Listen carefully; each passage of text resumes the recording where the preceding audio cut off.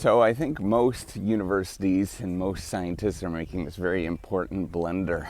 And I want to talk about that. I think that this is part of the problem that we're seeing with misinformation. I think that's part of the problem that we're seeing with people giving up the sort of underlying tone that we see in a much of Western society, where people don't necessarily understand what science is about, what education is about. And I think this is really important.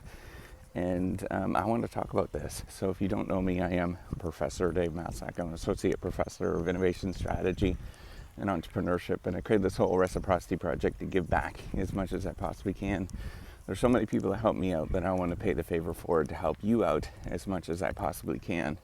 So as you know, I've been doing the whole reciprocity project for a long time, and it sort of started out as this, editing platform that I thought would be interesting to put out on the internet and create this thing, but nobody used it. So then I started to go on YouTube, and now I'm on all bunch of socials in many different ways. And what this has taught me, and what I've learned through all of this, is we do a really poor job. So scientists, researchers do a really poor job of actually communicating our life and seeing what our day-to-day life actually looks like to the rest of the world. We have a glorified notion of what actually science looks like, and we have the sort of notion that there's a big science with an S, or there's university with a capital U, and we don't really people don't get to see that these structures are really filled with people, with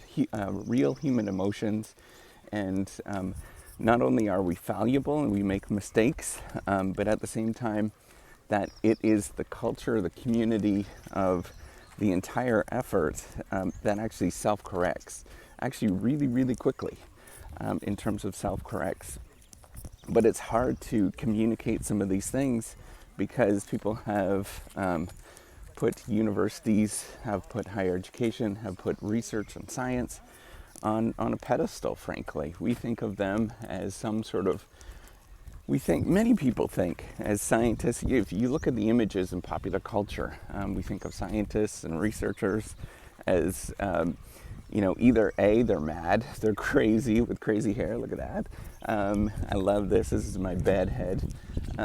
Or I'm looking at my puppies and she just tripped me. This is Babs.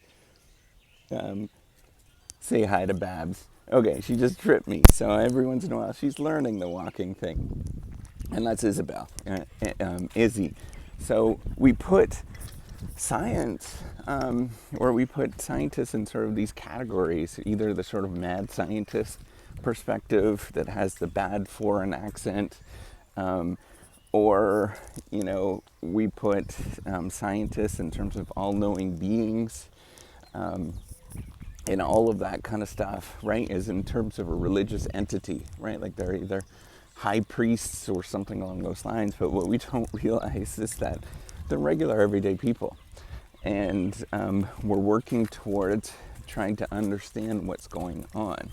And we, scientists, and it's part of what's going on too, and why people get frustrated, is they think that, scientists and researchers, they work all the time, that they're robotic, that they have no emotions. And this is actually built into some of the assumptions of the scientific effort. And that's what we're taught early on, is that you have to be a neutral bystander to the situation. But that is absolutely not true in any sort of way.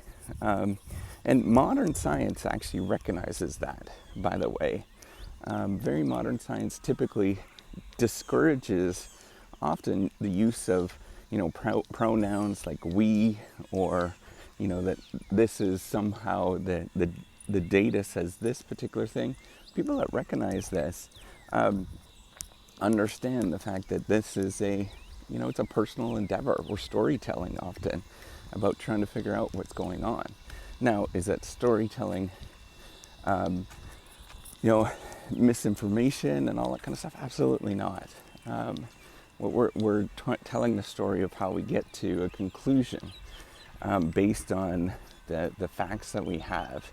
And facts are probabilistic in a lot of different ways. And so what I'm saying is that, much of the scientific effort, it is us bumbling along. And I very much use those words very deliberately. We bumble along trying to figure out the world around us. And the rest of the world understands us as we're somehow all-knowing. But what we don't realize, or what, Anne's just ran away. She just bolted because she heard that noise. What we don't realize is that we're all just kind of people bumbling and trying to figure these things out.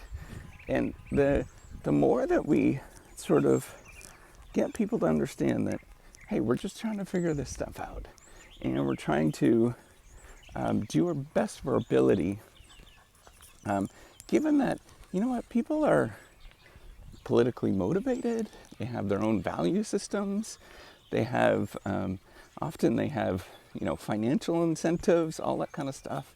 That makes things really messy, but, we're okay with a lot of that stuff, right? Just because you have a financial motive doesn't necessarily mean that the stuff that you're doing is imperfect or problematic, right? And we recognize that particular stuff. But what the rest of the world needs to understand, and what we need to do a better job at, and I think this is a plea towards scientists and researchers, academics, whatever the sort of, wherever you're at, I want everybody to sort of realize that we need to start inviting people into our lives, and whatever that looks like. And we do a really poor job of, part of the reason why we're not on social is that there's implicit norms within the scientific community, very strong norms, that you have to be correct with what you're saying, correct in the sense that everything has to be very much validated. There's that component, but then also we have a very strong sense of a punitive nature if you speak up and say things. And so many people are afraid to say things and be open. And we also have this sort of professionalism that happens. Very strong norms of professionalism, where we have a picture in our head, just like everybody else has a picture in our head what this looks like. And we try to conform to those particular pictures in our head of what that looks like. And so a lot of people are really nervous and anxious about letting people in to, into their homes, into their backgrounds, all of those kind of things. Because if we do that, and this is part of the problem with the whole tenure system, is that people will disqualify you, or they'll say that you're somehow not good enough. You're somehow, you're wasting your time. That's going to be the biggest thing, right, with doing all of these things, is that you're wasting your time, and you're not a true academic, you're not a true scientist, because you're actually talking to the public. And I know that seems really strange to people on the outside, but this is very much the underlying norms. And we need to, stop being like that. Start introducing people into who we are as people, and getting them to realize. And the reason why I sort of suggest this is that we need to get people to realize that we're people, and we're looking for, answers just like everybody else, but we carefully do that as carefully as we possibly can. And we might get that wrong, and that's okay, right? If we get it wrong, and this is the other side of it, if we get it wrong, we got to be okay with the fact that, hey, we got it wrong, and that's totally fine. And somebody else is going to self-correct that particular thing, right? As we start introducing these things. And this is part of what's going on with the scientific credibility crisis that seems like old news now. It's really not. So what this was is that people started validating some studies, and we realized that they weren't being validated as quickly as one would hope. But that doesn't mean that all of that stuff, that knowledge that we created, was wrong. And it means that maybe that there was all these different conditions under which it might be right and wrong and all that kind of stuff.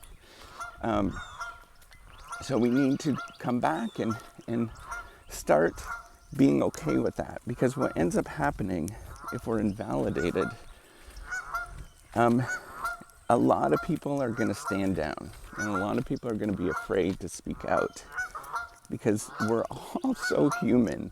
We don't want to be shown to be fraudulent or problematic, and we're just so human with all of this, just like everybody else, right? And the trouble with the incentives, I mentioned that earlier, financial incentives really do change this, is that our jobs are tied to this. If we do things imperfectly, sometimes some of us might lose their jobs, or we might be disqualified, or we might looked upon with somebody taking their glasses down and looking you down their nose like that, as like, what the heck are you doing? That stuff is true, and that stuff is very real, and what happens. And I think as we be more open and we change some of these norms, I think we're going to build a lot more trust. I think we're going to get a lot more people to see that, hey, we're stumbling along this, that there are sketch people out there, and those sketch people that sort of purport that they know everything, there maybe that's the biggest tell, I think. To me, that's the biggest tell that this person doesn't know a heck of a lot. As soon as they say that, hey, this is the way that you do absolutely everything, they probably don't know a lot in terms of what's going on. And you have to look at people that are really part of the whole research culture, and they understand things. They really get a sense of, we're bumbling along, and the depth of their knowledge is really quite amazing when they start doing that, because that bumbling, that's when you understand that you don't know everything, and somebody else around the corner is going to figure this stuff out. I just want to say that if we're going to change the culture of science, the culture of higher education, the culture of research, and we want people to be aware of truthfulness, aware of validity, we need to start being open with everything that we're about.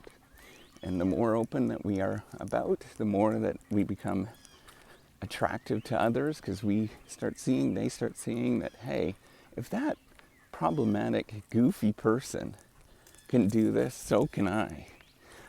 And we start seeing that it's just a big mess, just like everything else, but I can do it, I can solve it, I can get in there and help out. You know, it's very much how you treat the problem-solving process and the conversations that you have. And what I'm getting at is that we need to encourage more openness, and not punitive openness that a lot of people sort of think that we should go, but just openness, and say that, hey, we can admit when we're wrong, and that's problematic, that's okay, right? So I think if we're going to make any positive changes, we need to start showing our true selves and being okay with that. All right, take care and have a wonderful day.